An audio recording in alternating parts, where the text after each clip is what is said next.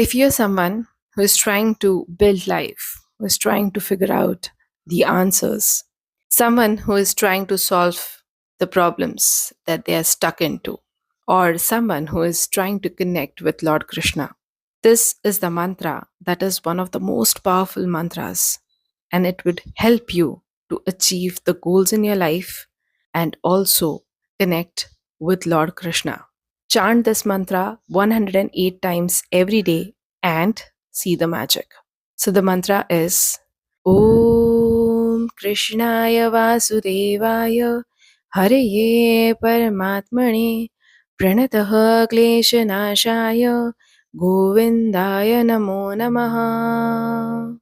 Om Krishnaya Vasudevaya Hariye Paramatmane Pranatah Kleshanashaya Govindaya Namo Namaha.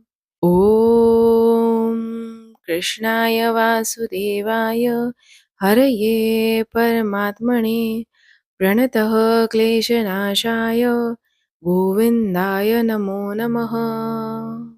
Om Krishnaya Vasudevaya Haraye Paramatmane Pranatah Kleshanashaya Govindaya Namo Namaha.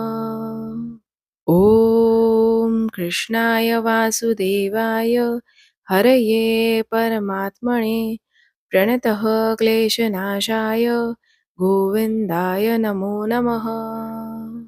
Om Krishnaya Vasudevaya Haraye Paramatmane Pranatah Kleshanashaya Govindaya Namo Namaha.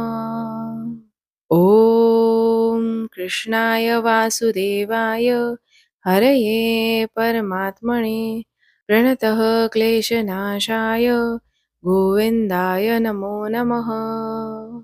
Om Krishnaya Vasudevaya Haraye Paramatmane Pranatah Kleshanashaya Govindaya Namo Namaha.